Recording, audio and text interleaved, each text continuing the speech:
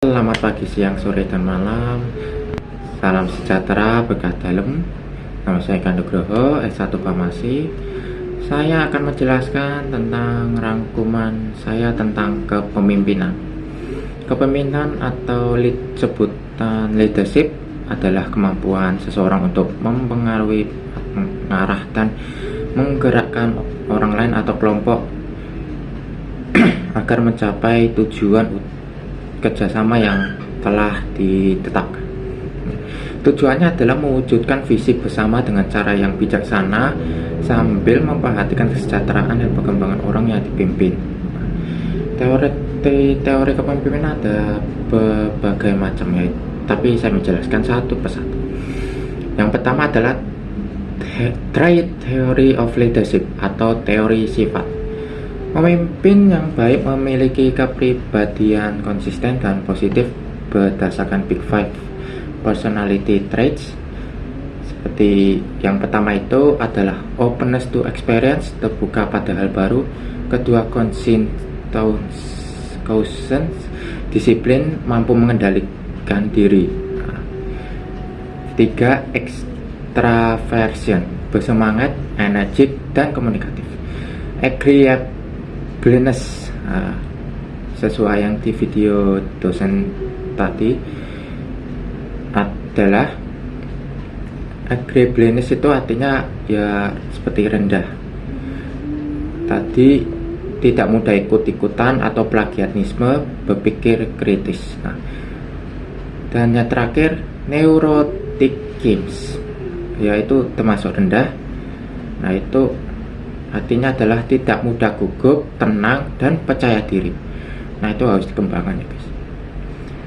Design thinking dalam pemimpinan, yaitu empati terhadap masyarakat, empatis. Itu sebutannya. Mengumpulkan dan menganalisis masalah. Define, menciptakan gagasan baru, ya seperti inovasi, membuat inovasi atau membuat model dan mengimplementasikan solusi. Harus membuat seperti merancang, mengatasi masalahnya dengan solusi apa, itu sebutannya prototype. Evaluasi dan pembelajaran terus menerus, itu evaluasi. Evaluat. Computation thinking. Computation thinking itu berpikir secara seperti komputer.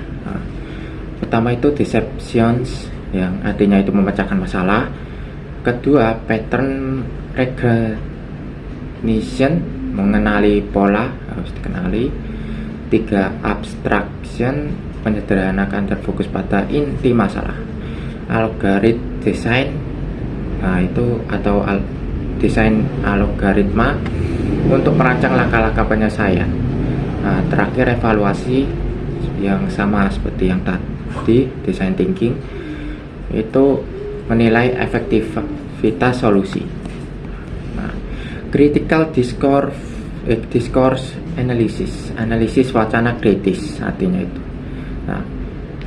Cara analisisnya wacana kritis adalah: pertama, fokus pada ketidakberesan sosial seperti diskriminasi atau ketidakadilan. Dua, mengidentifikasi hambatan-hambatan penyelesaian masalah.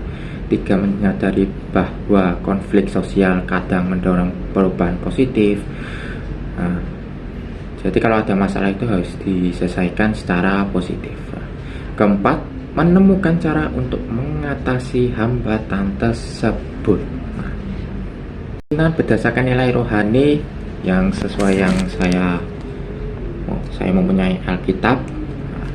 Menurut Galatia 5 ayat 22 sampai 23, pemimpin ideal memiliki kasih, sukacita, damai sejahtera, kesabaran, kemurahan, kebaikan, kesetiaan, kelemah lembutan, dan penguasaan diri. Kepemimpinan Yesus berdasarkan Injil Yohanes. Nah, ini saya mempunyai Alkitab. Menurut yang ada di Alkitab, menurut Injil Yohanes, Yesus memimpin dengan teladan dan pelayanan kasih. Yohanes 13 ayat 14-15, Yesus membasuh kaki murid-muridnya, menunjukkan kepemimpinan yang melayani, servant leadership. Ia menginspirasi, bukan memaksa, mempengaruhi melalui kasih dan pengorbanan, bukan kekuasaan. Nah, prinsipnya adalah ini guys. Barang siapa ingin menjadi pemimpin, hendaklah ia menjadi pelayan bagi semuanya. Dan inti pelajaran hari ini adalah pemimpin sejati bukan yang berkuasa atas orang lain, tapi yang memampukan orang lain untuk bertumbuh bersama. Jadi, kembangkanlah kepribadian yang kuat, empati dan kreativitas, dan juga etika dan spiritual pelayanan. Sekian, saya sudah menjelaskan rangkuman tersebut. Terima kasih dan berkah dalam.